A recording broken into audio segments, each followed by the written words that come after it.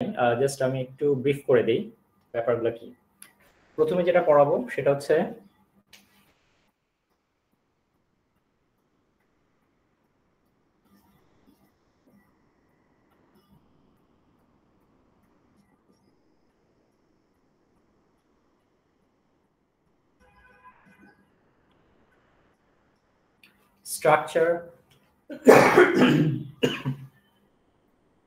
structure and dynamics of the universe। মানে আমাদের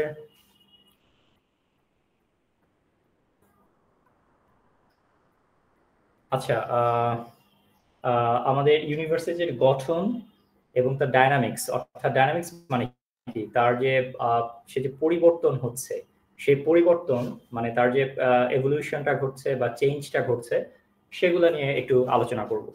আচ্ছা, এখানে আসলে কি বলা হচ্ছে structure and dynamics of the ইউনিভার্সে? আমাদের ইউনিভার্সকে মানে এখন ধরা হয় এটা হচ্ছে আইসোট্রপিক এবং হোমোজেনিয়াস।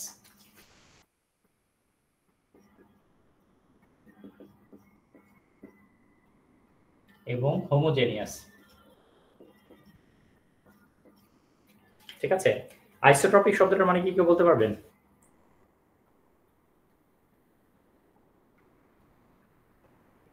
আইসোট্রপিক নাতিশীতোষ্ণ না, আইসোট্রপিক মানে স্যার ভর সংখ্যা হচ্ছে আলাদা কিন্তু পারমাণবিক সংখ্যা এক।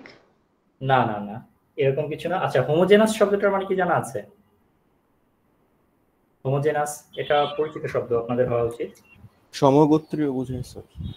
সমগোত্রীয় না আসলে, হ্যাঁ এটা সমগোত্রীয়। যদি আমি অ্যাকুরেটলি বাংলা করি তাহলে এটাকে সমগোত্রীয় বলা যায়। হোমোজেনাস মানে হচ্ছে সমসত্ব। আপনারা সমসত্ব মিশ্রণ করেছিলেন? সমসত্ব মিশ্রণ, হোমোজেনাস সমসত্ব। যেমন এখানে আমি পানির সাথে বালি মিশালাম, আর এখানে আমি পানির সাথে লবণ মিশালাম। কোনটা সমসত্ব হবে বা হোমোজেনাস হবে আর কোনটা ইনহোমোজেনাস হবে? পানি আর লবণ যেটা ওটা হলো হোমোজেনিয়াস। হ্যাঁ, 1 আর 2। পানি আর লবণ কি? এটাকে আমরা বলছি হচ্ছে, এটা হচ্ছে স্যান্ড ওয়াটার আর এটা হচ্ছে সল্ট ওয়াটার। আমরা স্যান্ড ওয়াটার যেটা, সেটাকে আমরা বলছি ইনহোমোজেনাস, অসমসত্ব। আর সল্ট ওয়াটারকে আমরা কি বলছি? হোমোজেনাস বা সমসত্ব। কেন কেন এই কথাটা বলছি? তার কারণ হচ্ছে, খেয়াল করেন, আমি যদি এইখান থেকে একটু পানি নেই, সেই পানির মধ্যে যে পরিমাণ বালি থাকবে, আমি যদি উপর দিক থেকে অন্য আরেকটা জায়গা থেকে পানি নেই, সেখানে বালির পরিমাণ কি একই থাকবে? না স্যার। তার মানে কি, এই যে আমাদের এই মিশ্রণটা আছে, সেই মিশ্রণের সব জায়গায়, প্রত্যেকটা প্লেস, খেয়াল করেন আমি কথাটা বলছি জায়গা, প্লেস, প্রত্যেকটা জায়গায় আমাদের বৈশিষ্ট্য কি একই রকম না ভিন্ন রকম? প্রথমটাতে ভিন্ন রকম স্যার। প্রথমটাতে সব জায়গায়, এই জায়গায় একরকম বৈশিষ্ট্য, মানে ওয়াটার অ্যান্ড স্যান্ডের রেশিও ডিফারেন্ট, এখানে ওয়াটার অ্যান্ড স্যান্ডের রেশিও ডিফারেন্ট, এখানে ডিফারেন্ট, এখানে ডিফারেন্ট। অর্থাৎ পানি এবং চিনির যে অনুপাতটা, সেটা এক এক জায়গায় এক এক রকম। কিন্তু আমরা যদি এইখানে নিই, এখান থেকে পানি নিলে আমাদের যে পরিমাণ লবণাক্ত অনুভূত হবে, এই জায়গা থেকে নিলে কি একই পরিমাণ লবণাক্ত অনুভব করবো আমরা? জি স্যার। এখান থেকে নিলে সব জায়গাতে সেম স্যার। যেখান থেকে নেই না কেন, আমাদের সব জায়গা থেকে, হ্যাঁ সব জায়গা থেকে আমাদের পানি এবং মানে স্বাদ, নোনতার স্বাদটা কিন্তু আমরা একই রকম পাবো। হুইচ মিনস এটার সব জায়গায় বৈশিষ্ট্য কি একই রকম। হোমোজেনাস শব্দটার মানে হচ্ছে সব জায়গায় বৈশিষ্ট্য কি থাকবে? একই রকম থাকবে। আমাদের ইউনিভার্সকে বলা হচ্ছে হোমোজেনাস, তার মানে আমাদের ইউনিভার্সের বা মহাবিশ্বের সব জায়গার বৈশিষ্ট্য কি হবে? একই রকম হবে। এরপরে যে শব্দ, প্রথমে যে শব্দটা আছে আইসোট্রপিক, এটা হচ্ছে জায়গা বলছে, আর আইসোট্রপিক বলতে বোঝানো হচ্ছে দিক। প্রত্যেকটা দিকে বৈশিষ্ট্য, আমি যে ডাইরেকশনে যাই না কেন, প্রত্যেকটা ডাইরেকশনে আমি একই বৈশিষ্ট্য পাবো। আইসোট্রপিক মানে হচ্ছে প্রত্যেকটা ডাইরেকশনে আমাদের বৈশিষ্ট্য কি হবে? একই রকম। এটা হচ্ছে হোমোজেনাস মানে হচ্ছে প্রত্যেকটা জায়গার বৈশিষ্ট্য একই রকম হবে, আর এখানে হচ্ছে প্রত্যেকটা দিকে বৈশিষ্ট্য হোমোজেনাস হবে। এই যে আমাদের এই ইউনিভার্সটাকে আমরা বলছি আইসোট্রপিক এবং হোমোজেনাস, এটাকে, এই জিনিসটাকে বলা হচ্ছে স্মুথ। অর্থাৎ আমাদের এই যে আইসোট্রপিক হোমোজেনাস কথাটা মানে হচ্ছে স্মুথ। স্মুথ মানে কি? একদম মসৃণ, মানে কোনো এলোমেলো কিছু নাই, র্যান্ডম কিছু নাই, সবকিছু একদম সুন্দরভাবে সাজানো, এরকম একটা ব্যাপার বলা হচ্ছে। এই জিনিসটা এই যে আমাদের ইউনিভার্সের আইসোট্রপিক এবং হোমোজেনাস, এই জিনিসটা আসলে আবিষ্কার হয়েছিল 1900 সালে। 1900 সালে একটা automated plate measurement Galaxy survey নামে একটা সার্ভে কন্ডাক্ট করা হয় 1980 থেকে 1900 সাল পর্যন্ত, এইরকম একটা 20 বছর একটা পিরিয়ডের মধ্যে। এবং তখনই এই জিনিসটা দেখা যায় যে আমাদের ইউনিভার্স আসলে হোমোজেনাস এবং আইসোট্রপিক, অর্থাৎ সব দিকে এবং সব জায়গায় বৈশিষ্ট্য একই রকম। যদিও এটা পরবর্তীতে মানে সার্ভে করে জানা গেছে, কিন্তু তার আগেও, তারও অনেক আগে আমাদের ধারণা করা হতো যে আমাদের ইউনিভার্স আসলে স্মুথ, ঠিক আছে। এবং স্মুথ হওয়ার কারণে যেটা সুবিধা হয় সেটা হচ্ছে আমরা ইউনিভার্সকে মানে আমরা যদি এই মডেলটা আমরা ধরে নিই যেটা ঠিক আছে, আমাদের ইউনিভার্স হচ্ছে স্মুথ, তাহলে আসলে আমাদের ইউনিভার্সকে ব্যাখ্যা করাটা, আমরা ইউনিভার্সকে যে ব্যাখ্যা করার চেষ্টা করি সেই ব্যাখ্যাগুলো সুন্দরভাবে করা যায় এবং সমস্ত ব্যাখ্যার সাথে ইউনিভার্সের গঠন প্রকৃতিটা মিলে যাওয়ার একটা প্রবণতা দেখা যায়, অর্থাৎ তারা মিলে যাওয়ার একটা মানে প্রবণতা দেখায়। তো এই যে আমাদের যে ইউনিভার্সের আইসোট্রপিক এবং হোমোজেনাস বা স্মুথ আমরা ধরে নিচ্ছি, এই জিনিসটাকে বলা হয় হচ্ছে কসমোলজিক্যাল প্রিন্সিপাল।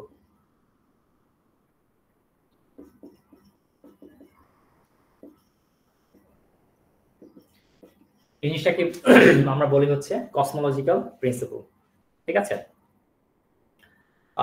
তাহলে এটা হচ্ছে আমাদের কসমোলজিক্যাল প্রিন্সিপাল। আবার এই যে আমাদের ইউনিভার্সে প্রসারিত হচ্ছে, এই প্রসারিত হতে হতে একসময় ইউনিভার্সে কি হবে, এটা হচ্ছে একটা প্রশ্ন। যে একটা বেলুন যখন প্রসারিত হতে থাকে সেটা কি অনির্দিষ্ট কাল পর্যন্ত প্রসারিত হতে থাকবে নাকি একসময় ফেটে যাবে?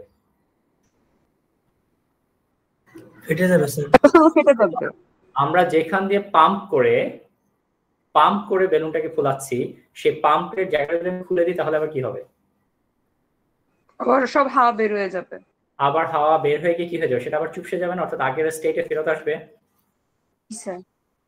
আচ্ছা, এখন এই ইউনিভার্সিটির আলটিমেট ফেট কি, এগুলো নিয়ে বিভিন্ন রকম আলোচনা হয়। রিলেটিভিটি থেকে একটা ইকুয়েশন আছে, এই ইকুয়েশনগুলো আসলে আপনাদের এখন আমি জাস্ট লিখে দিচ্ছি, যেহেতু আমি যে লেকচারটা পড়াচ্ছি ওখানে আছে। ইকুয়েশনগুলো আপনারা মুখস্থ করে নেন বা জেনে নেন, মানে পড়ে ফেলেন, মুখস্থ করে ফেলতে হবে, কারণ এগুলো আসলে ব্যাখ্যা করার মতো অবস্থা এখন নাই। ইকুয়েশনগুলো হচ্ছে dx স্কয়ার, একটা dx square equal to c dt square minus a t square summation of, এখানে একটা সামেশন আছে মাল্টিপ্লাই করে, summation of sorry d summation square, ঠিক আছে। এই ইকুয়েশনটা দিয়ে আমাদের এই ইউনিভার্সের যে স্টেটটা, এই স্টেটটাকে আমরা ক্যারেক্টারাইজ করতে পারি। এরকম একটা ইউনিভার্সের এই ইকুয়েশন দেখেই বোঝা যাচ্ছে এটা কোথা থেকে আসছে। সরি, এটা x না, এটা s, ds square equal to c square dt square minus a which is a function of t square আর d সামেশন স্কয়ার আর কি। এই রিলেটিভিটি ইকুয়েশনটাতে আমাদের যে ইউনিভার্সটা আছে, এই ইউনিভার্সের ক্যারেক্টার আমরা তার সেটা যে অবস্থা আছে সেই অবস্থাগুলো আমরা যে স্টেটটা আছে সেই স্টেটটা ব্যাখ্যা করতে পারি। এটা হচ্ছে স্পেস টাইম মেট্রিক, অর্থাৎ এটা হচ্ছে এমন একটা ইকুয়েশন যে ইকুয়েশনের মধ্যে স্পেসও আছে আবার কি আছে, টাইমও আছে, দুইটা একসাথে রিলেটেড। স্পেস এবং টাইম দুইটা একসাথে এখানে রিলেটেড, যেখানে সিটা হচ্ছে আমাদের ভেলোসিটি অফ লাইট, সবার জানা আছে। এই যে এটা হচ্ছে একটা স্কেলার ফ্যাক্টর, যে স্কেলার ফ্যাক্টর যেটা হচ্ছে কার ফাংশন বোঝা যাচ্ছে, এই হচ্ছে টি এর ফাংশন বোঝা যাচ্ছে। আর ডি সামেশন বা ওমেগা যেটা আছে is the length element of the space, এটা হচ্ছে আমাদের স্পেসের দৈর্ঘ্যের একটা এলিমেন্ট, একটা উপাদান আর কি। আর আমরা যদি আমাদের ইউনিভার্সকে স্ফেরিক্যাল কনসিডার করি, স্ফেরিক্যাল মানে কি, এরকম গোল একটা বলের মতো চারিদিকে সমানভাবে প্রসারিত হচ্ছে, যদি এই জিনিসটা আমরা ধরে নিই, তাহলে আমরা সাধারণত স্ফিয়ারিক কোনো কিছুকে আমরা কি কি প্যারামিটার দিয়ে ব্যাখ্যা করি, এটা মনে হয় আপনার জানা আছে, যে আমরা তিনটা কোঅর্ডিনেট ব্যাখ্যা করি, আর থিটা ফাই, এটা জানা আছে আপনাদের। আমাদের কোঅর্ডিনেট সিস্টেম তো আমরা আরো ব্যবহার করি, যে স্থানাঙ্ক ব্যবস্থা আমরা কি ব্যবহার করি, এক্স ওয়াই জেড একটা আছে না? জি স্যার। আবার আর থিটা ফাইও তো আপনারা পড়ে আসা উচিত, আর থিটা ফাই পড়েছেন না? কোঅর্ডিনেট সিস্টেম, পোলার, হ্যাঁ polar coordinate system, very good, নাম জানা আছে। এটাকে আমরা বলেছি polar coordinate system r theta phi. এভাবেও আমরা যে কোনো জিনিসের কোঅর্ডিনেট বের করতে পারি। আপনারা হয়তোবা x এবং x y z r theta phi এগুলোর রিলেশনও হয়তোবা পড়ে আসছেন। ঠিক আছে, এই পোলার কোঅর্ডিনেট সিস্টেমে আমাদের যে লেন্থ এলিমেন্টটা আছে সেই লেন্থ এলিমেন্টকে লেখা যায় হচ্ছে d omega square equal to dr square divided by 1 minus K R square. আসলে এইগুলা ইকুয়েশনটা চলে আসছে ম্যাথ আমাদের যেসব যারা বিজ্ঞানীরা আছেন এবং যারা ম্যাথমেটিশিয়ান আছে তাদের সম্মিলিত প্রচেষ্টার ফলে এই রকম বিভিন্ন ইকুয়েশন আমরা ডেভেলপ করছি। এগুলোর বিশাল বিশাল ক্যালকুলেশন আছে কিন্তু এগুলো আসলে আমাদের দরকার নেই। সো আমি জাস্ট ইকুয়েশনটা লিখে দিচ্ছি যেহেতু আপনাদের পরীক্ষার জন্য পড়তে হবে। R square D theta square plus sine square phi sine square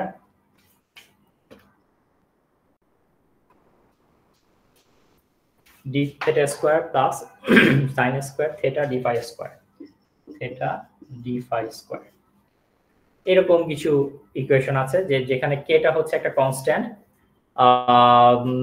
এবং এটার ইউনিট হচ্ছে ইনভার্স এরিয়া অর্থাৎ 1 বাই মিটার স্কয়ার বা 1 বাই সেন্টিমিটার স্কয়ার এরকম একটা ইনভার্স এরিয়া, যেটা আমাদের ইউনিভার্স যে কার্ভ আমরা তো বলছি যে ইউনিভার্স হচ্ছে মানে গোলাকার এরকম একটা, বা আমরা বলতে পারি ডিম্বাকার ওভাল শেপ। নরমালি আমরা সাধারণত ওভাল শেপ চিন্তা করি, সেইটার যে কার্ভেচারটা আছে সেটাকে এটা ডিনোট করে থাকে। এই যে কনস্ট্যান্টটা আছে এই কনস্ট্যান্টের ভ্যালুটা খুব ইম্পর্টেন্ট, কারণ এই কনস্ট্যান্টের ভ্যালুর উপর ডিপেন্ড করে আমাদের ইউনিভার্সটা কি খোলা, বন্ধ না ফ্ল্যাট। আমার কথা বোঝা যাচ্ছে?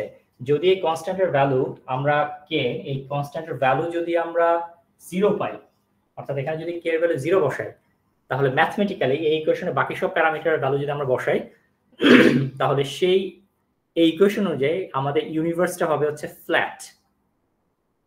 পুরো ইউনিভার্স কি হয়ে যাবে? ফ্ল্যাট হয়ে যাবে, ফ্ল্যাট ইউনিভার্স। অর্থাৎ আমরা যেটা ওভাল শেপ চিন্তা করছি সেরকম কিছু না। যদি আমাদের কে ইজ গ্রেটার দ্যান 0 হয় তাহলে আমরা বলবো হচ্ছে ক্লোজড ইউনিভার্স। ক্লোজড মানে কি? বন্ধ, চারিদিকে বন্ধ একটা ইউনিভার্স। যেমন আমরা বলতে পারি একটা স্ফিয়ার, একটা গোলক।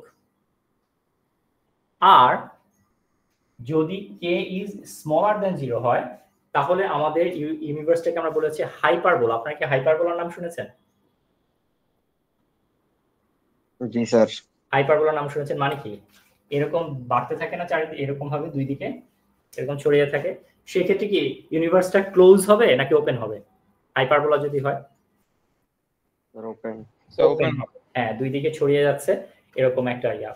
অর্থাৎ কে এর ভ্যালুটা এখানে খুব ইম্পর্টেন্ট। আর যদি আমরা এর সাপেক্ষে চিন্তা করি তাহলে এ আমাদের কি মানে যে এটা যেরকম দিচ্ছে হচ্ছে ফ্ল্যাট, ক্লোজড নাকি ওপেন এই জিনিসগুলা দিচ্ছে, সেরকম এ আমাদের ভ্যালু দেয় হচ্ছে এটা কি এক্সপ্যান্ড হচ্ছে নাকি শ্রিঙ্ক করছে, অর্থাৎ ছোট হচ্ছে নাকি স্ট্যাটিক আছে। অর্থাৎ এর ভ্যালুর উপর ডিপেন্ড করবে। এই ইকুয়েশন থেকে এর ভ্যালু যদি আমরা একটা ভ্যালু বসাই তাহলে দেখা যাবে সেখান থেকে আমরা বুঝতে পারবো যে ইউনিভার্সটা হচ্ছে স্ট্যাটিক, প্রসারিত হচ্ছে না, সংকুচিত হচ্ছে না। আবার এর আরেকটা ভ্যালুর জন্য ইউনিভার্সটা হচ্ছে এক্সপ্যান্ডিং, অর্থাৎ এটা প্রসারিত হচ্ছে। আর আরেকটা ভ্যালুর জন্য আমরা বলতে পারি ইউনিভার্সটা হচ্ছে শ্রিঙ্কিং, এটা কাছে চলে আসছে। তার মানে আমরা এখন বুঝতেই পারছি। স্যার dr স্কয়ারটা কি আমার পুরোটার উপরে নাকি স্যার জাস্ট ওই 1 - kn স্কয়ারের উপরে? এটা dr স্কয়ার। জি স্যার। না না, এটা শুধু dr এর উপরে, আর 1 - k স্কয়ার তো আলাদা নিচে। ঠিক আছে, এখানে আমাদের কে যদি এর ভ্যালু যদি 1 হয় তাহলে কি হবে বলেন তো? ধারণা করেন, জাস্ট রাফ একটা গেস। যেমন এখানে কে ছিল 0, তখন ফ্ল্যাট ইউনিভার্স ছিল। তাহলে a = যদি 1 হয় তাহলে কি হওয়া উচিত? স্ট্যাটিক হবে, এক্সপ্যান্ডিং হবে নাকি শ্রিঙ্কিং হতে পারে? জাস্ট একটা রাফ গেস। স্যার স্ট্যাটিক হবে। স্ট্যাটিক হবে, ভেরি গুড। এর ভ্যালু যদি 1 হয় তাহলে আমাদের স্ট্যাটিক হবে। আর যদি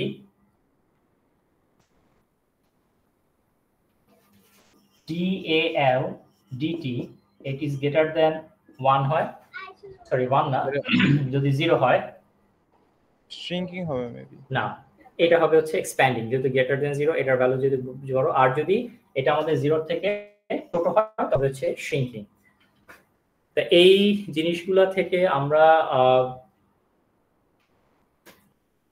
এই যে কে এর যে ভ্যালু, এই কে এর ভ্যালুটা আমাদের আইনস্টাইনের জেনারেল, মানে আপনাদের তো থিওরি পড়িয়েছিলাম, একটা হচ্ছে স্পেশাল থিওরি অফ রিলেটিভিটি আর একটা হচ্ছে general theory of relativity.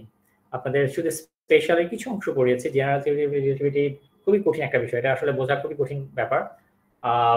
General theory of relativity যে ইকুয়েশন আছে সেইখান থেকে আমরা আমাদের এই ইউনিভার্সের কে এর ভ্যালুটা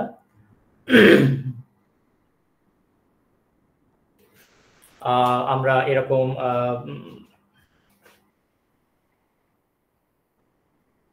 আইনস্টাইন ইকুয়েশন থেকে আমরা এ এবং কে এর ভ্যালু, এই জেনারেল থিওরি অফ রিলেটিভিটি যে ভ্যালু আছে সেখান থেকে, আচ্ছা এক মিনিট,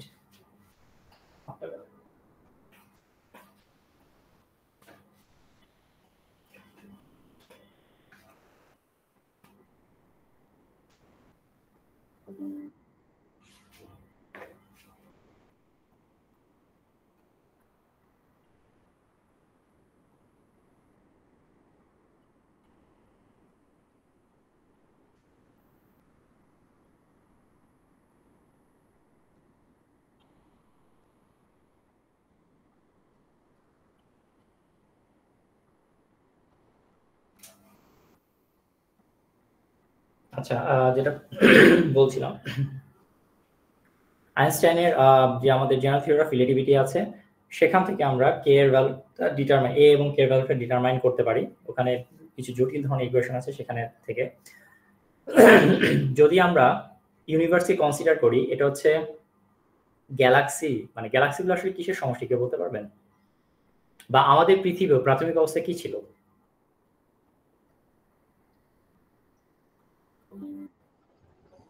কি হতে পারে পৃথিবীর প্রাথমিক? হ্যাঁ আচ্ছা, একটা আগুনের গোলা টাইপ বা এমন কিছু। আগুনের গোলা পরে হয়েছে, তার আগে আগুনের গোলা না, আসলে আসলে সবকিছুই ছিল হচ্ছে গ্যাসিয়াস। আমাদের এই ইউনিভার্সে যা আছে সবই হচ্ছে গ্যাস। এই গ্যাসগুলো ডেন্স হয়ে শ্রিঙ্ক করে পরে আমাদের বিভিন্ন যে ফরমেশনগুলো আছে, যে স্ট্রাকচারগুলো আমরা দেখতে পাই, এই গ্যাসগুলো আসলে শ্রিঙ্ক করে আমাদের বিভিন্ন যে স্ট্রাকচার, আপনারা যদি বিভিন্ন নেবুলার ছবি দেখেন বা স্পেসে যদি বিভিন্ন ডকুমেন্টারি বা অ্যাস্ট্রোনমিক্যাল পিকচার বলা হয় যে ছবিগুলো আছে, এই ছবিগুলো দেখবেন যে সবই কিন্তু এরকম গ্যাসিয়াস, মানে বিভিন্ন দিকে এরকম নানা রকমের গ্যাস ছড়িয়ে আছে। আমরা যদি ইউনিভার্সকে কনসিডার করি যেটা হচ্ছে একটা গ্যাস অফ গ্যালাক্সিস, অর্থাৎ গ্যালাক্সি গুলা গ্যাসের মতো এরকম ছড়িয়ে আছে, এবং যদি তার ডেনসিটি কনসিডার করি রো এবং প্রেসার টি, অর্থাৎ যে গ্যাসটার ডেনসিটি হচ্ছে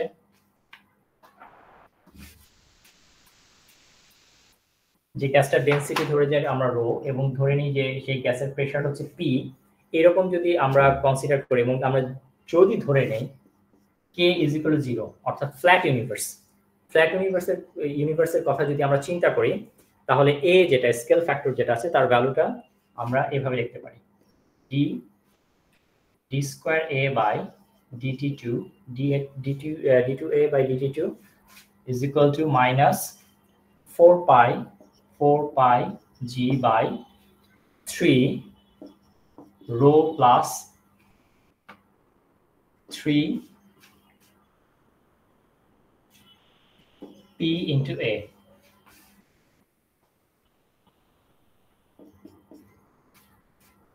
Sorry, 4 pi g by 3 into rho plus 3p into a.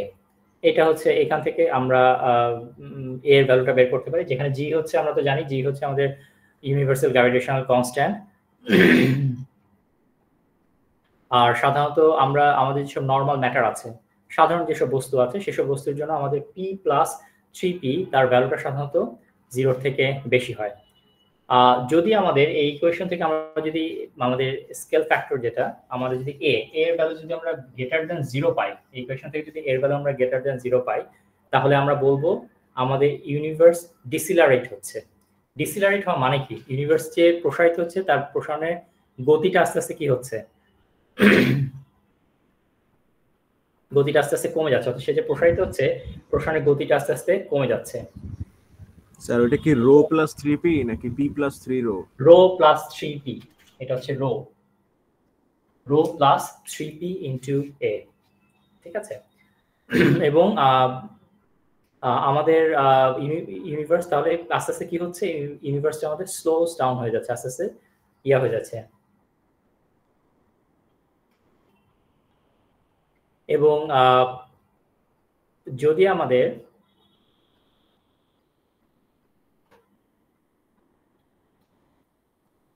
উপরে যে ভ্যালুটা আছে, উপরের ভ্যালুটা যদি আমাদের 0 থেকে কম হয়, উপরের ভ্যালুটা যদি আমাদের 0 থেকে কম হয়, অর্থাৎ আমাদের প্রেসার যদি নেগেটিভ, ইউনিভার্সের প্রেসার যদি নেগেটিভ হয়ে যায়, তাহলে আমাদের ইউনিভার্স এক্সেলারেট করছে। অর্থাৎ আমাদের এই পুরো ইয়াটা মানে আমাদের উপরের ভ্যালুটা যদি নেগেটিভ আসে কোনো কারণে, তাহলে হচ্ছে আমাদের ইউনিভার্সটা এক্সেলারেট করছে, সেটা বেড়ে যাওয়ার গতি কন্টিনিউয়াসলি বেড়ে যাচ্ছে। তবে এখনকার দিনে যে ডেটা আছে, আমরা এখন পর্যন্ত যা জানি তার উপরে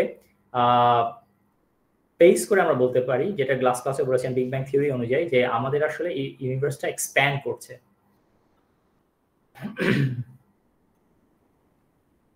আর এই যে আমাদের ইউনিভার্সটা ক্রমাগত এক্সপ্যানশন করছে, এটাকে আমরা বলছি হচ্ছে ইনফ্লেশন।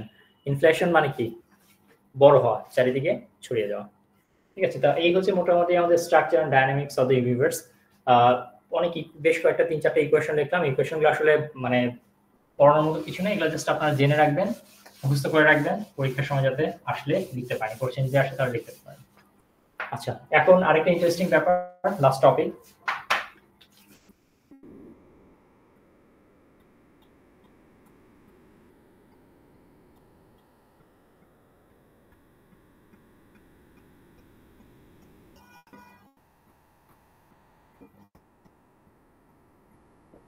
এটা খুব ইন্টারেস্টিং একটা জিনিস, এভলিউশন অফ আর্লি ইউনিভার্স। এখানে মূলত যে জিনিসটা পড়াবো সেটা হচ্ছে আর্লি ইউনিভার্স নিয়ে। আর্লি ইউনিভার্সটা আমাদের কিরকম ছিল সেটা আমরা একটু আলোচনা করব।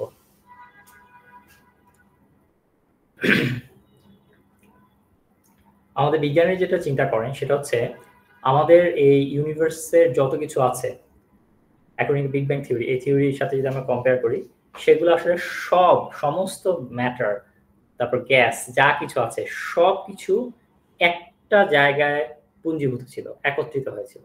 আমার কথা কি বোঝা গেছে? এবং সেই জায়গাটা সাইজ ছিল একটা অ্যাটমের থেকেও ছোট।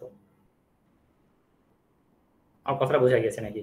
এই যে ইউনিভার্সটা আমাদের ছড়াচ্ছে, এই ইউনিভার্সটা ছড়ানোর আগে একদম খুবই ডেন্সড অবস্থায়, খুবই ঘন অবস্থায়, এটা আসলে ইনফিনিটি ডেন্সিটি বলতে পারি আমরা, একটা অ্যাটমের থেকেও ছোট একটা অবস্থার মধ্যে ছিল। এটা হচ্ছে আমাদের যারা কসমোলজিস্ট আছেন তারা এটা বিশ্বাস করেন, মানে তারা তাদের ধারণাটা। এবং সেই সময় আমাদের ইউনিভার্সটা খুবই ঘন এবং খুবই হট, খুবই উত্তপ্ত অবস্থায় ছিল।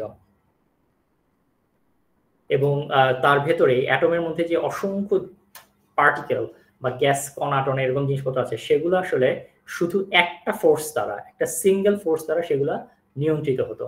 অর্থাৎ তারা যে একসাথে আছে, তাদের মধ্যে যে বাইন্ডিং এনার্জি, বন্ধন, তাদের যে বন্ধনের জন্য যে বল বা ফোর্স কাজ করছে, বা তাদের মধ্যে ইন্টারাকশনের কারণে যে ফোর্সগুলো কাজ করছে, এই সবগুলা ফোর্স আসলে একটা ফোর্সই ছিল। এই জন্য আপনারা জেনে থাকবেন যে আমাদের যে ফোর্সগুলো আছে, আমরা কিন্তু সবগুলো ফোর্সকে একীভূত করার চেষ্টা করছি। যে আমাদের 4টা ফোর্স আছে, strong nuclear force, electromagnetic force, week nuclear force এবং যে গ্র্যাভিটেশনাল ফোর্স।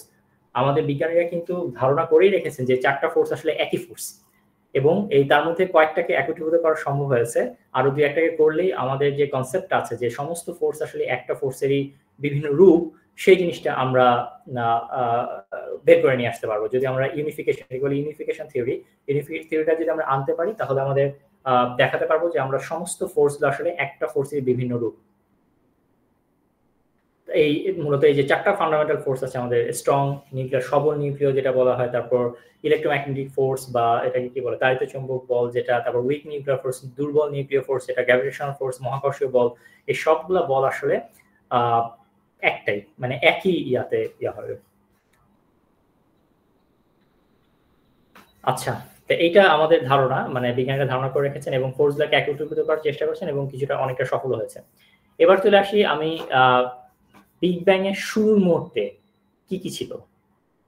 প্রথম যে ফেজটা ছিল, প্রথম ফেজটা হচ্ছে বিগ ব্যাং 1 নম্বর। আমি একটু ফেজগুলো লিখি, অর্থাৎ বিগ ব্যাংটা যে ঘটেছে সময়ের সাথে সেটা কিভাবে ঘটছে সেগুলো নিয়ে আমরা একটু আলোচনা করি।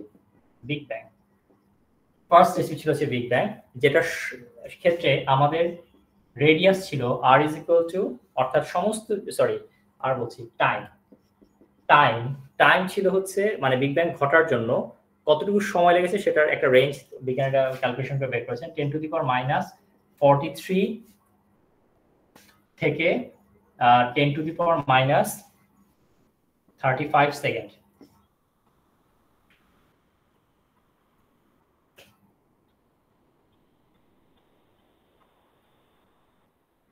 টাইমটা কি বোঝা যাচ্ছে? 10⁻⁻40 থেকে 10⁻⁻35 এইটুকু সময়ের মধ্যে ও না, এটা তো আমাদের পরের স্টেপটা, সরি একটু লিখতে ভুল হচ্ছে। এটা হবে যে t is smaller than 43 second big bang যখন ঘটে, অর্থাৎ বিগ ব্যাং ঘটার জন্য সময় লেগেছে 10⁻⁻43 সেকেন্ড। তখন থেকে আসলে সময় মানে কাউন্টের যে ব্যাপারটা যদি আমরা বলি তাহলে সময় কাউন্টটা শুরু হয়েছে t is smaller than -43 second. এই সময় থেকেই আমাদের মানে এই যে আমাদের যে সব কিছু একটা পয়েন্টে মানে পুঞ্জীভূত ছিল, একত্রিত হয়েছিল, তখন এই t⁻⁻43 সেকেন্ডে এটা এক্সপ্যান্ড করা মানে আমাদের যে প্রসারণ হওয়ার যে ব্যাপারটা সেটা শুরু হয় এবং বিগ ব্যাং যে ঘটনাটা সেই ঘটনাটা ঘটে। তখন আমাদের ইউনিভার্সের টেম্পারেচার ছিল approximately t is equal to 10⁻32 kelvin. ভয়াবহ রকম তত্ত্ব ছিল 10⁻⁻32 কেলভিন। এটা হচ্ছে বিগ ব্যাং ঘটার এই 10⁻43 সেকেন্ড এইরকম মুহূর্তে আমাদের বিগ ব্যাংটা ঘটে। তারপরে হচ্ছে আমাদের পরেরটা হচ্ছে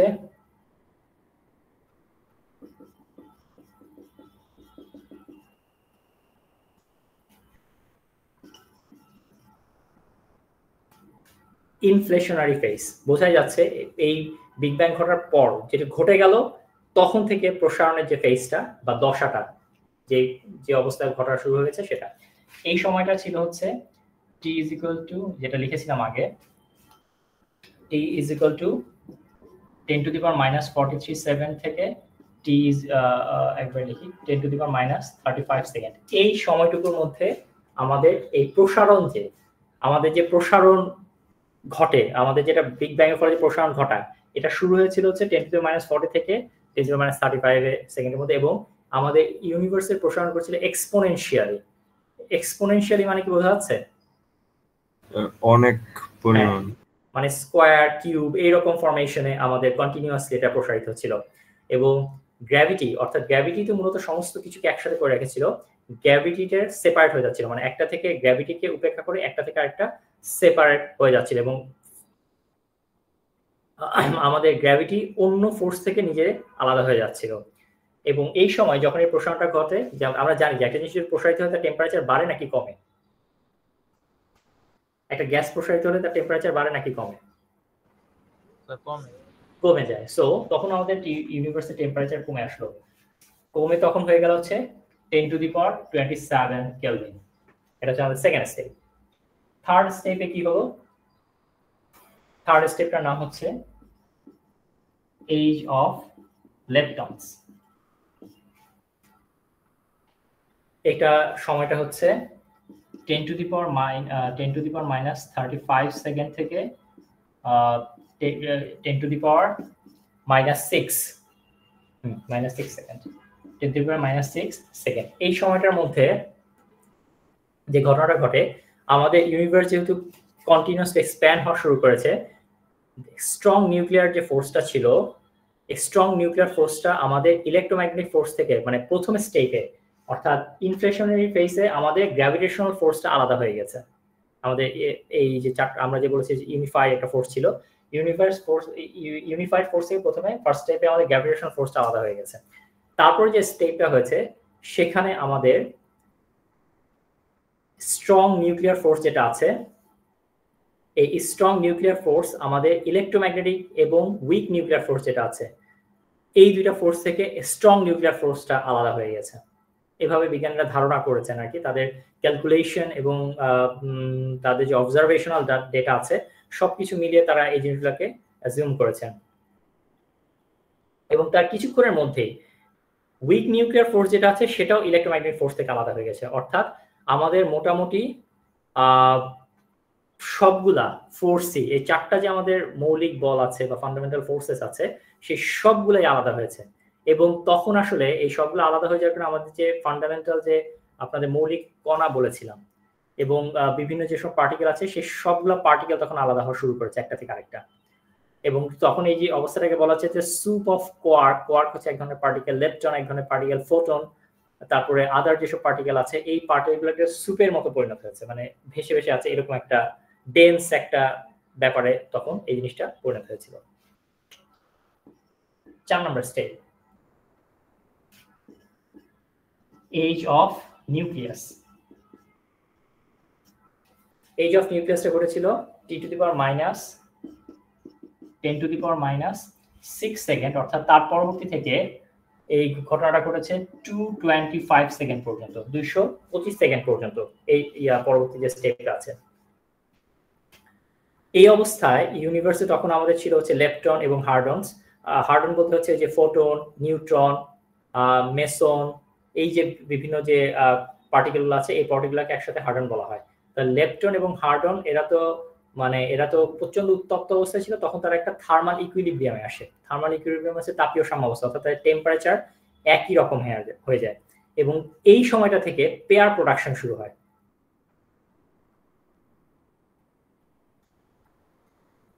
পেয়ার প্রোডাকশন মানে কি? একটা দুইটা জিনিস মিলে নতুন একটা পার্টিকেল তৈরি করছে, একটা দুইটা জিনিস একসাথে হয়ে পার্টিকেল তৈরি করছে, এই জিনিসটা এইভাবে আমাদের পেয়ার প্রোডাকশন হয়। এবং শুধু যে পেয়ার প্রোডাকশন হয় না, পেয়ার অ্যানিহিলেশন হয়, অর্থাৎ পেয়ার তৈরিও হচ্ছে আর পেয়ার ভেঙেও যাচ্ছে। এবং মোটামুটি একই হারে তৈরি হচ্ছে, ভেঙে যাচ্ছে, তৈরি হচ্ছে, ভেঙে যাচ্ছে, এইরকম একটা অবস্থা তখন তৈরি হয়। শুধু একমাত্র ফোটন যেটা আছে, যেহেতু বাকিগুলার মধ্যে ফোটন তো আমরা জানি যে ফোটনের কোনো ম্যাস নাই, কিন্তু বাকিগুলা যেগুলো আছে এগুলো একসাথে হয়ে ম্যাস তৈরি করছে, ম্যাস আবার ভেঙে যাচ্ছে, এরকম একটা সিচুয়েশনের মধ্যে শুধু ফোটনই আলাদা ছিল। ফোটন আর তেমন কোনো কাজে অংশগ্রহণ করে নাই। যে ব্যাপারগুলো ঘটে আমি যদি দেখাই, লিখে দেখাই, আচ্ছা উপরটা মুছে দিই যেহেতু ফার্স্ট স্টেপ শেষ হয়ে গেছে। যেটা হয় আমাদের গামা প্লাস গামা, গামার এর তো নাম আপনারা শুনেছেন, এটা দুই দিকেই হচ্ছে, তৈরি হচ্ছে, ভাঙছে। পজিট্রন, ইলেকট্রন এবং পজিট্রন তৈরি করছে। দুইটা গামা একসাথে হয়ে আমাদের পজিট্রন, এটাকে বলে পজিট্রন, এটাকে আমরা ইলেকট্রন, এই দুইটা একসাথে তৈরি হচ্ছে, আবার গামা গামা একসাথে হয়ে দুই দিকে সাইন মানে কি তৈরি হচ্ছে, ভাঙছে, তৈরি হচ্ছে, ভাঙছে, প্রোটন এবং অ্যান্টিপ্রোটন, প্রোটন এবং অ্যান্টিপ্রোটন এরকম তৈরি হচ্ছে। গামা প্লাস গামা একসাথে হয়ে নিউট্রন প্লাস অ্যান্টি নিউট্রন, এই সব কিছু এরকম পেয়ার পেয়ার পেয়ার করে তৈরি হচ্ছে, ভাঙছে, পেয়ার পেয়ার করে তৈরি হচ্ছে, ভাঙছে।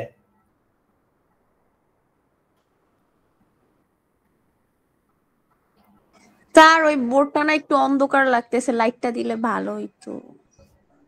কি হয়েছে আমি বুঝতে পারিনি। বোর্ড অন্ধকার বোর্ড লাগছে? অন্ধকার লাগতেছে, লাইট আচ্ছা থাকলে ঠিক আছে, একটু। আমি ওকে, থ্যাংক ইউ স্যার। এখন কি দেখা যায়?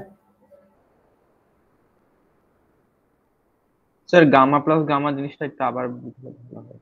মানে জি গামা স্যার। যে রে আছে, গামার নাম শুনেছেন না? আলফা বিটা জি গামা। স্যার, জি স্যার। গামা রে গুলো একত্রিত হয়, গামা রে মানে ইলেকট্রোম্যাগনেটিক ওয়েভ আর কি, এগুলো একত্রিত হয়ে ইলেকট্রনও তৈরি করছে, পজিট্রনও তৈরি করছে। এই গামা রে ইলেকট্রোম্যাগনেটিক রেডিয়েশন একত্রিত হয়ে আমাদের ফোটন, অ্যান্টিফোটন, প্রোটন, অ্যান্টিপ্রোটন, নিউট্রন, অ্যান্টিনিউট্রন এরকম পেয়ার পেয়ার তৈরি করছে, ভাঙছে, তৈরি করছে, ভাঙছে, তৈরি করছে, ভাঙছে, এরকম একটা সিনারিও তৈরি হচ্ছে। আচ্ছা এরকম অন্ধকার দেখাচ্ছে না, এখন কি দেখা যায়? জি স্যার, পারফেক্ট। আচ্ছা এরকম বিভিন্ন ঘটনা কন্টিনিউয়াসলি ঘটছিল। আরো কিছু হয় আমাদের, নিউট্রিনোর নাম শুনেছেন আপনারা? নিউট্রিনো এখন পর্যন্ত বলা হয় যে সবচেয়ে বেশি পেনেট্রেশন পাওয়ার সম্পন্ন, অর্থাৎ তাদের কোনো কিছু ভেদ করে যাওয়ার ক্ষমতা হচ্ছে সবচেয়ে বেশি, এই জন্য তাকে ডিটেক্ট করা খুব কঠিন। নিউট্রিনো আছে, নিউট্রিনো মিলেও নিউট্রনের সাথে নিউট্রন এরকম মিলে আমাদের ইলেকট্রন প্রোটন তৈরি করে, আবার নিউট্রিনো প্রোটন, নিউট্রিনোর সাথে প্রোটন তৈরি হয়, আমাদের ইলেকট্রন, পজিট্রন এবং নিউট্রন, এরকম নানা রকম পার্টিকেল পেয়ার তৈরি হচ্ছিল, ভাঙছিল, পেয়ার হচ্ছিল, ভাঙছিল। এবং তখন আমাদের এই স্টেটটাতে আমাদের ইউনিভার্সের টেম্পারেচার পৌঁছে গিয়েছিল হচ্ছে 10⁻11 কেলভিনে, 10⁻11 কেলভিনে।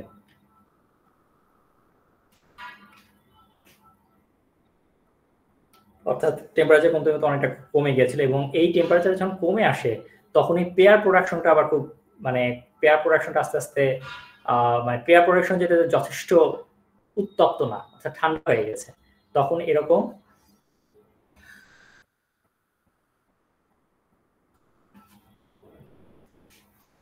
যখন মানে মানে টেম্পারেচারটা কমে যাওয়ার ফলে আমাদের যে পেয়ার প্রোডাকশন হচ্ছিল এবং ভাঙছিল, পেয়ার প্রোডাকশন হচ্ছিল এবং ভাঙছিল একই হারে যেটা হচ্ছিল, অর্থাৎ তৈরি হচ্ছে যে হারে ভাঙছেও সেই হারে, সেই জিনিসটা আস্তে আস্তে থেমে যাচ্ছিল। অর্থাৎ তখন পেয়ার প্রোডাকশন হচ্ছে ঠিকই, কিন্তু প্রোডাকশনের পর ভেঙে যাওয়ার জন্য যথেষ্ট এনার্জি পাচ্ছে না। তার ফলে আমাদের কিছু এরকম পেয়ার আমাদের রয়ে যাওয়া শুরু করলো, আমাদের ইয়াটা বেড়ে গেল, পেয়ার প্রোডাকশনটা বেড়ে গেল, এবং ভেঙে যাওয়ার যে রেটটা সে রেটটা আস্তে আস্তে কমে গেল। এবং এই সময় ডিউটেরন, আপনারা ডিউটেরনের নাম শুনেছেন না? হাইড্রোজেন, তারপরে ডিউটেরিয়াম, টিউটেরিয়াম, এই ডিউটেরন যেটা অর্থাৎ প্রোটন এবং নিউট্রনের যে পেয়ার, প্রোটন এবং নিউট্রনের পেয়ার, এই ফেজে প্রোটন এবং নিউট্রনের পেয়ার তৈরি হওয়া শুরু করলো। অর্থাৎ আমি এই স্টেপগুলোর মাধ্যমে কি দেখাচ্ছি, কিভাবে আমাদের ম্যাটার, আমাদের ইউনিভার্সে বিভিন্ন ম্যাটার আছে, গ্যাস আছে, যেগুলো এই যে জিনিসগুলো তৈরি হচ্ছে আমাদের অণু পরমাণুর ভেতরে যে যেসব ম্যাটেরিয়াল আছে সেগুলোর ফরমেশনটা আমরা দেখছি, কিভাবে স্টেপ বাই স্টেপ একটা একটা করে জিনিস তৈরি হচ্ছে। আচ্ছা, 4 পর্যন্ত গিয়েছে, এবার 5-এ আসি। 5টা হচ্ছে আমাদের এজ অফ, এই জন্য নিউক্লিয়াস বলা হচ্ছে, যেহেতু আমাদের এখানে প্রোটন এবং নিউট্রন তৈরি হয়ে যাচ্ছে। অর্থাৎ প্রোটন এবং নিউট্রন কার মধ্যে থাকে? অ্যাটমের নিউক্লিয়াসের মধ্যে। নিউক্লিয়াস, অর্থাৎ এই স্টেপটাতে আমাদের প্রথমে যেটা ছিল তৈরি হচ্ছে ভাঙছে, অর্থাৎ রেজাল্টেন্ট আর কিছুই থাকছে না। কিন্তু তারপরে কি হলো, তৈরি হচ্ছে ঠিকই, কিন্তু ভেঙে যাওয়ার জন্য যথেষ্ট টেম্পারেচার নাই বা তাপমাত্রা অত বেশি ছিল না, সেজন্য পেয়ারগুলো রয়ে যাচ্ছিল। এই পেয়ারগুলো থাকতে থাকতে একসময় প্রোটন নিউট্রন তৈরি হয়, প্রোটন নিউট্রন পেয়ার তৈরি করে ফেলে। প্রোটন নিউট্রন পেয়ার যখন তৈরি হয়, তার মানে সেই স্টেপে আমাদের নিউক্লিয়াস তৈরি হয়ে গেছে। নিউক্লিওসিনথেসিস, এজ অফ নিউক্লিওসিনথেসিস, এটা হচ্ছে আমাদের এটার পরের step. t is equal to 225 second থেকে আমাদের এটা হচ্ছে এটা চলেছে হচ্ছে 1000 বছর পর্যন্ত।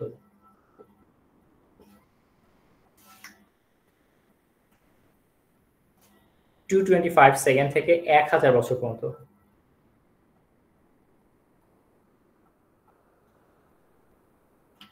এই সময়টা কি ঘটেছে? এই সময় যেটা হচ্ছে আমাদের ইউনিভার্স তো কন্টিনিউয়াসলি এক্সপ্যান্ড করছে, বাড়ছে। ডিউটেরন এবং ডিউটেরন যেগুলো আছে সেটা প্রোটনের সাথে রিঅ্যাক্ট করা শুরু করে, প্রোটন এবং নিউট্রন। অর্থাৎ ডিউটেরন মানে কি, প্রোটন এবং নিউট্রন যে পেয়ার, এই পেয়ারটা আবার আমাদের নিউট্রন এবং প্রোটনের সাথে রিঅ্যাক্ট করা শুরু করে, এবং রিঅ্যাক্ট করে তারা বড় বড় নিউক্লিয়াস তৈরি করতে থাকে। সেই বড় বড়গুলো আবার আমাদের নতুন প্রোটন এবং নিউট্রনের সাথে রিঅ্যাক্ট করতে থাকে এবং আরো বড় তৈরি করতে থাকে বা নিউক্লিয়াস তৈরি করতে থাকে। এই প্রসেসটা এই যে আমাদের এভাবে চলতে থাকে, এবং এই যে প্রসেসটা আমাদের প্রসেসের একদম শেষের দিকে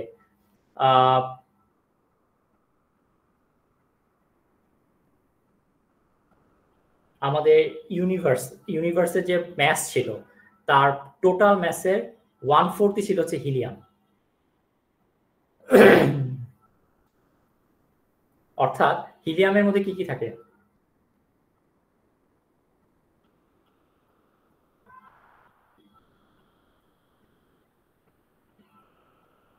হিলিয়ামে কয়টা প্রোটন কয়টা নিউট্রন থাকে? স্যার 2টা প্রোটন থাকে আর নিউট্রন একটা থাকে।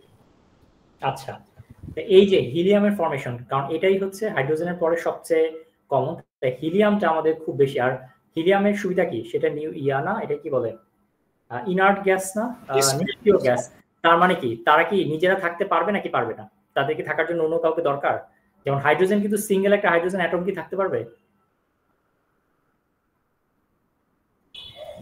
না স্যার। কি ফর্ম করে থাকে হাইড্রোজেন? গ্যাসীয় ফর্ম। না স্যার, অণু হিসাবে থাকে। অণু হিসেবে, কারণ এটা সিঙ্গেল। কারা সিঙ্গেল হিসেবে থাকতে পারে? নিষ্ক্রিয় গ্যাস যারা আছে তাদের কোনো পেয়ার গঠন করা লাগে, কারণ তাদের যে আমরা যে অক্টেভ ফর্ম বলি, অষ্টক, তাদের অষ্টক পূর্ণ থাকে না। এই জন্য তাদের কারোর সাথে পেয়ার করা লাগে না। এই ব্যাপারটাই ঘটে আসলে। এই কারণে আমাদের হিলিয়ামের পরিমাণ অসম্ভব রকম বেড়ে যায়, কারণ হিলিয়াম স্টেবল, তাদের পেয়ার করা লাগছে না কারোর সাথে। সেজন্য দেখা যায় যে আমাদের ইউনিভার্স তখন যে অবস্থা ছিল তার 1/4 অংশই তৈরি হয় হচ্ছে হিলিয়াম। এই কারণে এটা আসলে আরেকটা জিনিস ব্যাখ্যা করে, সেটা হচ্ছে আমরা যখন এখনো ইউনিভার্সকে করতে যাই, দেখতে যাই, তখনও দেখি যে হিলিয়ামের পরিমাণ হচ্ছে সবচেয়ে বেশি। কারণ ইনার্ট গ্যাস, এটা তৈরি হতে স্টেবল অবস্থায় থাকছে, এটাকে পেয়ার করতে হচ্ছে না কারোর সাথে, কারণ এটার অক্টেভ, আমরা একদম সিম্পল ভাবে যদি অক্টেভ যেটা আছে, অক্টেভটা ফুল ফর্ম থাকে, সে কারণে দেখা যায় যে হিলিয়ামের পরিমাণটা অনেক বেশি থাকে। আচ্ছা, তাহলে এখানে আরো কিছু ঘটনা ঘটে। আমাদের ফোটন যেটা আছে,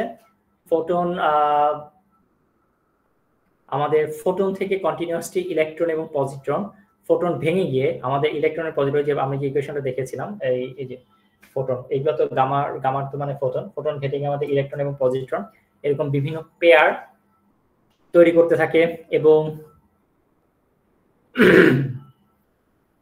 তারা আবার একসাথে হয়ে আবার ফোটন তৈরি করতে থাকে। এরকম এই প্রসেসটা চলতে থাকে। ফোটনগুলো যেহেতু এনার্জি কমে থাকে, সে কন্টিনিউয়াসলি একবার ইলেকট্রনের পজিট্রনে পড়ে, আবার এগুলো একসাথে হয়ে এরকম এই ফোটনের যে প্রসেসটা, সে প্রসেসটা কন্টিনিউ চলতে থাকে এই স্টেজটাতে।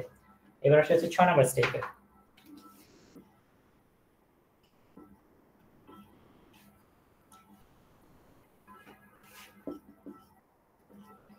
অর্থাৎ এর আগের স্টেপটাতে আমাদের এই স্টেপটাতে নিউক্লিয়াস তৈরি হওয়ার একটা প্রসিডিওর শুরু হয়েছিল, আর এই স্টেপটাতে আমরা নিউক্লিয়াসের ফর্মেশন পেয়েছি, কারণ আমরা এই স্টেপটাতে হিলিয়াম গ্যাস পেয়ে গেছি। হিলিয়াম পাওয়া যাওয়া মানে সেখানে স্টেবল একটা নিউক্লিয়াস মোটামুটি তৈরি হয়েছে। এরপর আসছে হচ্ছে এজ অফ আয়নস। আয়ন মানে কি বলেছিলাম মনে হয় আপনাদের ক্লাসে? আয়নটা কি? আয়নটা হচ্ছে চার্জের ডেফিসিয়েন্সি, অর্থাৎ আমাদের অ্যাটমের মধ্যে বা কোনো একটা অ্যাটমের মধ্যেই বলি, বা কোনো একটা কম্পাউন্ডের মধ্যে আমাদের চার্জের যদি একটা ডিসিমিলারিটি থাকে বা ব্যালেন্স, চার্জের যদি ব্যালেন্স না থাকে, সেটাকে আমরা বলে থাকি হচ্ছে আয়ন। এইখানে হচ্ছে আমাদের আয়নের এইজটা চলে আসে। এটা চলে হচ্ছে 1000 বছর থেকে এটা চলে হচ্ছে 3000 বছর পর্যন্ত। এটা একটা লম্বা সময় ধরে আয়নের ফর্মেশন প্রসেসটা চলতে থাকে। এর ফলে যেটা হয়, আমাদের এই সময়টা যেটা হয়, যেহেতু তখনও ইউনিভার্সের টেম্পারেচার অনেক বেশি থাকে, সে কারণে আমাদের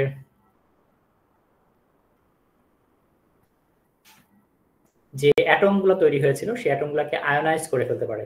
আপনারা তো প্লাজমা স্টেট পড়েছেন, পদার্থের একটা স্টেট যেখানে সমস্ত কিছু কি হয়ে থাকে, আয়োনাইজড হয়ে থাকে। এরকম খুব বেশি টেম্পারেচার দিলে আমরা প্লাজমা স্টেটে পৌঁছে যাই, সেরকম একটা প্লাজমা স্টেটের মতো একটা অবস্থা থাকে, অর্থাৎ অ্যাটমগুলা আয়োনাইজ ফর্মেশনে চলে আসে। তখন ইউনিভার্সের মধ্যে থাকে হচ্ছে আমাদের ইলেকট্রন, পজিট্রন, প্রোটন, তারপর হালকা ধরনের যেমন হিলিয়ামের কথা বললাম, হাইড্রোজেনের কথা বললাম, এই ধরনের কিছু হালকা নিউক্লিয়াস, এবং প্রচুর ফোটন ছিল, ফোটন কণা যেগুলো ছিল সেগুলো ছিল এই স্টেপটাতে। তাহলে আয়ন যেহেতু ফর্মেশন হয়ে গেছে, আয়ন ফর্মেশন হলে এখন কি ফর্মেশন হয়ে যাবে? আমাদের অ্যাটম ফর্মেশন হয়ে যাবে পরবর্তী স্টেজ।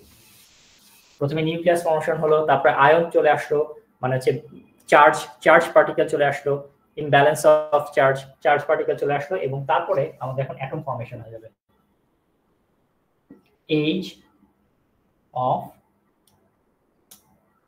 অ্যাটমস, অ্যাটমের এজ, এটা চলছে হচ্ছে 3000 বছর থেকে 3 মিলিয়ন ইয়ার্স। বিশাল একটা লম্বা সময় এটা চলেছে। এই সময়টা যেটা হচ্ছে, ইউনিভার্স আরো ঠান্ডা হওয়া শুরু করেছে, যেটা এক্সপ্যান্ড করছে। ঠান্ডা হতে হতে এটা টেম্পারেচার কমে আসছিল হচ্ছে 10⁵ কেলভিনে, টেম্পারেচার অনেকটাই কমে আসছে, এবং এই পর্যায়ে এসে অ্যাটম ফর্ম, অর্থাৎ অ্যাটমের স্টেবিলিটি শুরু হলো। অর্থাৎ অ্যাটম এর আগে তৈরি হচ্ছিল, ভেঙে যাচ্ছিল, এরকম না, তখন অ্যাটমের স্টেবিলিটি শুরু হলো। এবং ফোটন যেটা আছে, ফোটন তখন আর, যেহেতু ফোটনের এনার্জি অনেক কমে গেছে, টেম্পারেচার যেহেতু অনেক কম, সে কারণে ফোটন তখন আর অ্যাটমের সাথে খুব স্ট্রংলি রিঅ্যাক্ট করা শুরু করলো না, কারণ ফোটন গিয়ে ধাক্কা দিলে তো অ্যাটম ভেঙে যায়, নিউক্লিয়াস ভেঙে যায়। সো সে আর অত বেশি যেহেতু এনার্জি কমে গেছে, সে মোটামুটি যে অ্যাটমগুলো তৈরি হচ্ছে সে অ্যাটমের সাথে খুব একটা ইন্টারাকশনে যাওয়া মানে যেতে পারছিল না। ফলে ফোটন এবং অ্যাটম মানে অ্যাটম একটা নিজে একটা আলাদা আইডেন্টিটি তৈরি করলো এবং নিজে একটা কোয়ান্টিটি হিসেবে স্টেবল হওয়া শুরু করলো। আর ফোটনগুলো তখন পরিণত হলো হচ্ছে কসমিক মাইক্রোওয়েভ ব্যাকগ্রাউন্ড রেডিয়েশন। এটা আমরা আপনারা পড়েছেন মনে হয়, কসমিক রেডিয়েশনের নাম তো শুনেছেন। কসমিক রেডিয়েশন, আমাদের এইসব রেডিয়েশন প্রতি মুহূর্তে আমাদের পৃথিবীতে এসে পড়ছে, যেটা থেকে আমরা রক্ষা পাচ্ছি আমাদের যে ওজন লেয়ার আছে। ওজন লেয়ারের নাম শুনেছেন পৃথিবী? জি স্যার। এই ওজন লেয়ারটা আসলে আমাদের কসমিক বিভিন্ন যে রেডিয়েশন আছে এই রেডিয়েশনগুলো থেকে আমাদের রক্ষা করছে। এই জন্যই ওজন লেয়ার নিয়ে আমাদের এত কথা এবং পরিবেশ নিয়ে আমাদের কথা, কারণ এই রেডিয়েশন আসলে আমাদের ভয়াবহ রকমের হেলথ হ্যাজার্ড দেখা দেবে আর কি। এই রেডিয়েশন গুলাতে পরিণত হলে এটা নিয়ে তেমন কিছু এখানে বলা নেই। তারপর লাস্ট স্টেপটাতে চলে আসি। এরপরে ফর্মেশন হবে কি, অ্যাটম যেহেতু ফর্মেশন হয়ে গেছে, লাস্ট স্টেপ হচ্ছে হ্যাঁ 7 অ্যাটম। এটা হচ্ছে এজ অফ স্টারস, অর্থাৎ স্টারস এন্ড গ্যালাক্সিস।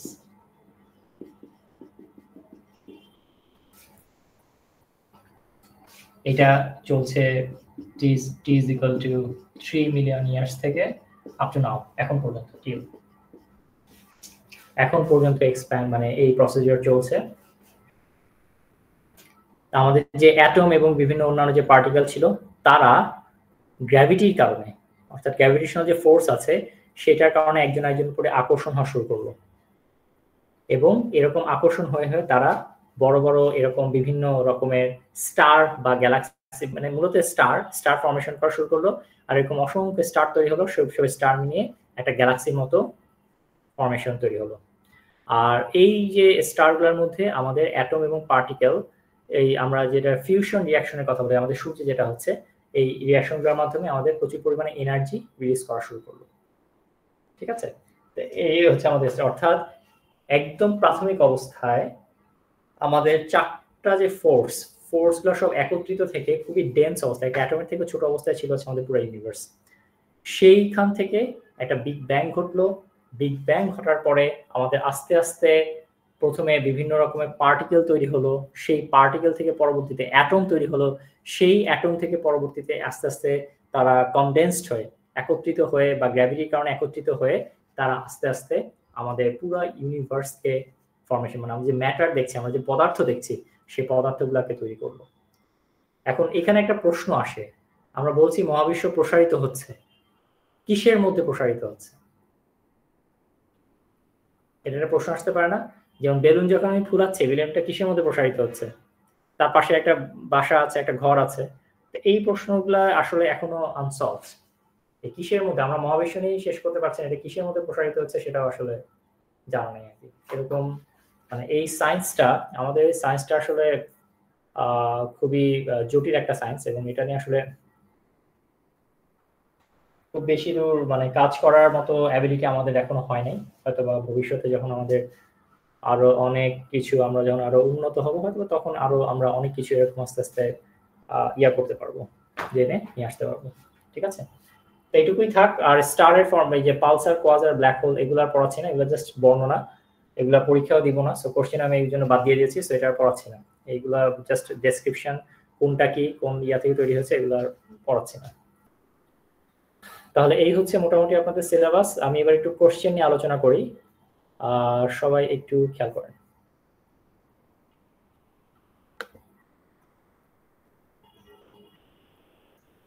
কোশ্চেন তো সবাই পেয়েছেন? জি স্যার। আচ্ছা, আমি একটু কোশ্চেনটা খেয়াল করেন সবাই। আমি ম্যাগনেটিক স্ট্যাটিক্স এবং স্পেশাল থিওরি অফ রিলেটিভিটি থেকে আপনাদের একটা প্রশ্ন আসবে উইথ অর। অর মানে কি? 1 or 2, তার মানে কয়টা অ্যান্সার দিতে হবে? একটা স্যার। একটা অ্যান্সার দিতে হবে। তার মধ্যে আমি একটা লাল করে দিয়েছি 6 নম্বর কোশ্চেন, তার মানে এটা পড়া লাগবে না, এটা বাতিল। ঠিক আছে, তার মানে আপনাদের মানে মোটামুটি পড়তে হবে আসলে 3টা প্রশ্ন, যদি একটা বাদ দেন, কারণ এখানে যদি একটা অর থাকবে, সো একটা কোশ্চেন বাদ দিলে আপনারা মোটামুটি লিখতে পারবেন। আমার কথা কি বোঝা গেছে? জি স্যার। আচ্ছা, এরপরে আসে মডার্ন ফিজিক্স। মডার্ন ফিজিক্স যেহেতু অনেক কিছু পড়িয়েছি, মডার্ন ফিজিক্স থেকে আমাদের 4টা প্রশ্ন আসবে। 4টা আসবে, তার মধ্যে আবার একটা অরও থাকবে, অর্থাৎ 5টা প্রশ্ন আসবে, তার মধ্যে 4টা অ্যান্সার দিতে হবে। প্রবলেমটা হচ্ছে যে কোনো 4টা আপনি অ্যান্সার করতে পারবেন না, যেটার সাথে অর থাকবে সেইটার একটা অপশন হিসেবে থাকবে। তো এখানে আসলে প্রশ্ন আমি অনেক কমিয়ে দিয়েছি, 3টা প্রশ্ন 7, 8, 9 3টা প্রশ্নই লাল করে দিয়েছি, মানে কমিয়ে দিয়েছি। যেহেতু এখান থেকে 5টা প্রশ্ন আসবে, এখানে আসলে মোটামুটি 6টার মতো প্রশ্ন আমি দেখতে পাচ্ছি। এই 6টা প্রশ্ন থেকে মোটামুটি 5টা আপনাদের আসবে, ঠিক আছে? এর মধ্যে আপনাদের 4টা অ্যান্সার করতে হবে, আর একটা অর থাকবে, কিন্তু অরটা কারোর সাথে পেয়ার হিসেবে থাকবে। সো এই জায়গাটা একটু ভালোভাবে করতে হবে। আপনাদের একটা প্রশ্ন স্কিপ করে গেছিলাম আমি, সেটা হচ্ছে এক্স-রে ব্র্যাগস লটা আমার প্রশ্নের যে সিটি ছিল সেখানে উল্লেখ করা হয় নাই। ওই সিটি কোশ্চেনটা করতে গিয়ে এটা হাউএভার মিসিং হয়ে গেছিল, কিন্তু এটা খুব ইম্পর্টেন্ট একটা প্রশ্ন, এটাও খুব ভালোভাবে পড়বেন। এক্স-রে এবং এক্স-রে প্রোডাকশন এবং ব্র্যাগস ল, ডিটারমাইন ব্র্যাগস ইকুয়েশন, এগুলো খুব ইম্পর্টেন্ট প্রশ্ন, এগুলো খুব ভালোভাবে পড়বেন, ঠিক আছে? তাহলে এখান থেকে কয়টা প্রশ্ন আসছে মডার্ন ফিজিক্সের পার্টটা থেকে? আমাদের 5টা প্রশ্ন আসবে উইথ আ অর, তার মধ্যে কয়টা অ্যান্সার করতে হবে? 4টা। আর অ্যাস্ট্রোনমিতে 3টা প্রশ্ন দিয়েছি, তার মধ্যে একটা আসবে, একটা অ্যান্সার করতে হবে, ঠিক আছে? অর্থাৎ এখানে আর কোনো অর নেই, এটা একটু ভালোভাবে করতে হবে, এখানে কোনো অর থাকবে না। আর একটা ব্যাপার বলি, যে অংশগুলো আমি পড়ালাম সেগুলাই মানে শেষের যে 2টা কোশ্চেন আছে 19 এবং 20, এই 2টা কোশ্চেনই হচ্ছে মোটামুটি। আর তার মধ্যে দেখেন একটা ম্যাথ ফ্রম বুক একটা অংশ লিখে রেখেছি, অর্থাৎ এই টপিকটার মধ্যে, আমি তো আপনার লেকচার আপলোড করে দেবো, টপিকের মধ্যেই একটা ম্যাথ আছে বইয়ের মধ্যে, সেই ম্যাথটা করবেন। যদি ম্যাথটা আসে তাহলে এটার সাথে অ্যাটাচড হয়ে ম্যাথটা আসবে আর কি। আর এছাড়া আরো 2টা ম্যাথ দিয়েছে, এটা তো আপনাদের সিটিতেই ছিল। এটা হচ্ছে আপনাদের ওই প্রথম যে ইয়াটা আছে, প্রথম যে 2টা কোশ্চেন আছে সেই কোশ্চেনের সাথে এই ম্যাথগুলা, যদি প্রথম কোশ্চেনগুলো আসে তাহলে সেই প্রশ্নের সাথে এই ম্যাথগুলা আসবে আর কি, লাস্টে যে 2টা ম্যাথ দিয়েছি। আর যা পড়ালাম সেগুলাই এখানে আছে প্রশ্নগুলো, আপনারা সবাই একটু, আমি লেকচার আপলোড করে একটু দেখে বুঝে পড়বেন, ঠিক আছে? তাহলে এই হচ্ছে মোটামুটি কোর্সের বিষয়, এবং কোশ্চেন তো দিয়ে দিলাম, এই অনুযায়ী আপনারা সবাই পড়াশোনা করবেন, আশা করি ভালো করতে পারবেন, কারণ খুব বেশি প্রশ্ন নাই। ফাইনাল এক্সাম হিসেবে আসলে প্রশ্ন পরিমাণ মোটামুটি কম, কিছু যেহেতু কমিয়েও দিয়েছি, বেশ কিছু ডেসক্রিপটিভ কোশ্চেন কমিয়ে দিয়েছি। মোটামুটি ভালোভাবে পড়লে আশা করি, যেহেতু আপনাদের মিডে মোটামুটি একটা ভালো রেজাল্ট ছিল, ওভারঅল পুরো ডিপার্টমেন্টের ওভারঅল মিডের রেজাল্ট একটু ভালো ছিল, যদি সবাই একটু পড়াশোনা করেন আপনারা আশা করি ফাইনালে ভালো করতে পারবেন। হ্যাঁ, কে কি বলছিলেন? স্যার ফার্স্ট সেটটা যেটা, ওখান থেকে কয় সেট আসবে? 4 সেট, ওই যে ম্যাগনেটোস্ট্যাটিক্স এন্ড স্পেশাল থিওরি, সেখান থেকে 2টা প্রশ্ন আসবে, একটা অ্যানসার দিতে হবে। ওকে। আর এরপরে পরেরটা থেকে আসবে 5টা প্রশ্ন উইথ আ অর, একটা 4টা অ্যানসার দিতে হবে। অর্থাৎ পরের পার্টটা যেহেতু বেশি পড়িয়েছি মডার্ন ফিজিক্স, এইজন্য এখানে আপনাদের পড়াটা একটু বেশি থাকবে। হ্যাঁ হ্যাঁ, আর এটাই জিজ্ঞেস করতেছিলাম। ওকে, ক্লিয়ার হইছে। স্যার আমাদের সিটের মার্কগুলা পিএল এর মধ্যে দিয়ে দিলে ভালো হয় স্যার, মানে ক্লাসরুমে আপলোড করে আশা দিলে। করছি আমি পিএল এর মধ্যে সিটির মার্কসগুলো আপনাদের ক্লাসরুমে আপলোড করে দেব। ওকে স্যার, অ্যাস্ট্রোনমি থেকে একটা মাস্ট অ্যানসার করতে হবে। অ্যাস্ট্রোনমি থেকে একটা মাস্ট অ্যানসার করতেই হবে, অর্থাৎ সিলেবাসের এখনকার নিয়মই হচ্ছে সবটা পার্টই আপনার করতে হবে। এটা হচ্ছে নতুন আমাদের যে কারিকুলাম আছে, কারিকুলামের সিলেবাসে কোনো পার্টই বাদ দেওয়া যায় না। সো অ্যাস্ট্রোনমি থেকে একটা মাস্ট অ্যানসার করতেই হবে। স্যার এমনি লাস্ট করাগুলো টোটালি বাদ দিয়ে দিলে তো সমস্যা নেই। বুঝতে পারিনি স্যার, রেড মার্ক গুলো বাদ দিয়ে দিলে তো না, সমস্যা রেড মার্ক তো বাদ, টোটালি এটা বাদ। আমি যদি মনে করেন এখানে এগুলো লেখা নাই,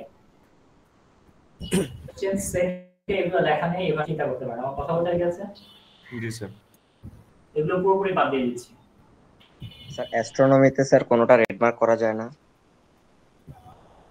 অ্যাস্ট্রোনমিতে তো কোশ্চেন দিয়েছি মাত্র 3টা, রেফার করার মতো টপিকটা একটু কঠিন স্যার, কোশ্চেন পড়িনি। যেহেতু কোশ্চেন পড়িনি আমি জানি না, আমি আসলে কোশ্চেন পড়তে গেলে বুঝতে পারবো কোনটা নিব। সো আপাতত পড়তে থাকেন,